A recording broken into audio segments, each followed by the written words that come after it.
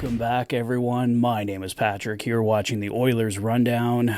Well, we're about 24 hours away now from Game 3 tomorrow night, Rogers Place. Edmonton Oilers in pretty much a must-win situation. They go down 3-0. They got to win 4 straight. As I was mentioning in yesterday's video, I'm picking the Oilers to win 4 straight, so maybe that's the way it's going to happen, but I'd rather we do it games 3 through 6. Win it on home ice. We'll see what happens here. I know I'm really pushing the positive angle with that one, but you got to stay positive, right? The Oilers are down 2-0.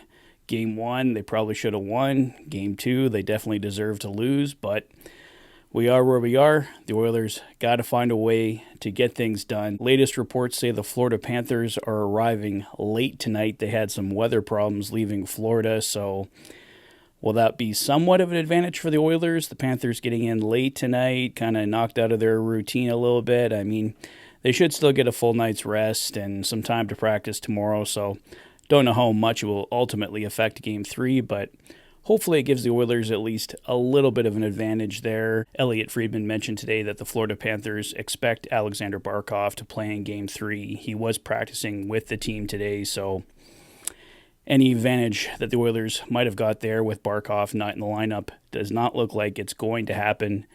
As far as the Edmonton Oilers roster goes, a lot of things up in the air at this point.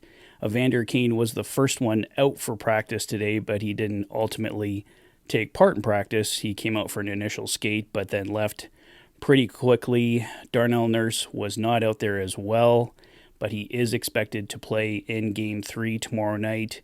The Oilers' lines in practice looked like this: Ryan Nugent-Hopkins, Connor McDavid, Zach Hyman, Ryan McLeod, Leon Draisaitl, Dylan Holloway, a third line of Matthias Janmark, Adam Henrique, and Connor Brown, and a fourth line of Warren Foegele, featuring both Sam Carrick and Derek Ryan at center, and Corey Perry on the right side there.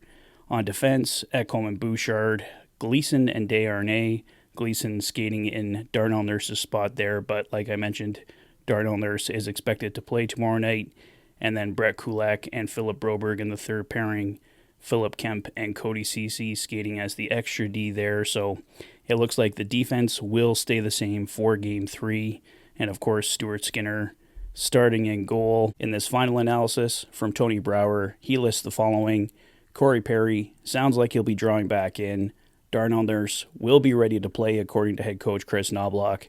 And when asked about Evander Kane, Knoblauch says, "We haven't decided yet." So Evander Kane is the mystery right now for Game 3. If he is out, the Oilers look like they're pretty much ready to go with the roster, all with players that we've seen already to this point. So no Sam Gagner or any other black ace that the Oilers haven't played yet. Little disappointing. I really think Sam Gagner could provide a spark for this team, but I don't know. Maybe we'll see him if the Oilers go down 3-0 here. If this team wins tomorrow night, I don't imagine they're going to change much of anything other than if Evander Kane misses Game 3 and is ready to go for Game 4, Kane would likely draw back in, but we'll see what happens here, guys. I was kind of hoping for a little bit more of a different look than what we're getting here. Like I said, bringing in a Gagner, some other fresh legs, give this team a boost in some other way, but head coach Chris Knoblauch feels this is the way to go, so he's led us this far.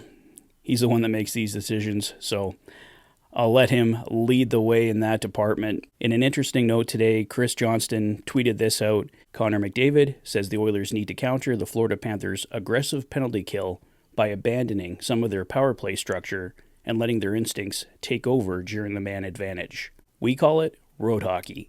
We've got to be elite at that. The Oilers have, of course, struggled on the power play to this point. They only have 1 goal in the Stanley Cup Finals overall, and as Connor points out here, the Oilers have to find different ways here.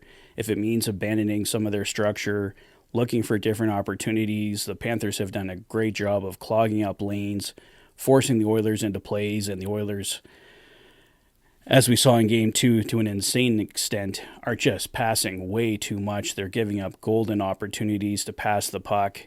Just shoot the puck. It's never a bad idea to shoot the puck. You never know what's going to happen, and the Oilers are just passing up some great opportunities so far in these playoffs, and with 1 goal so far, The Panthers are clearly in their head.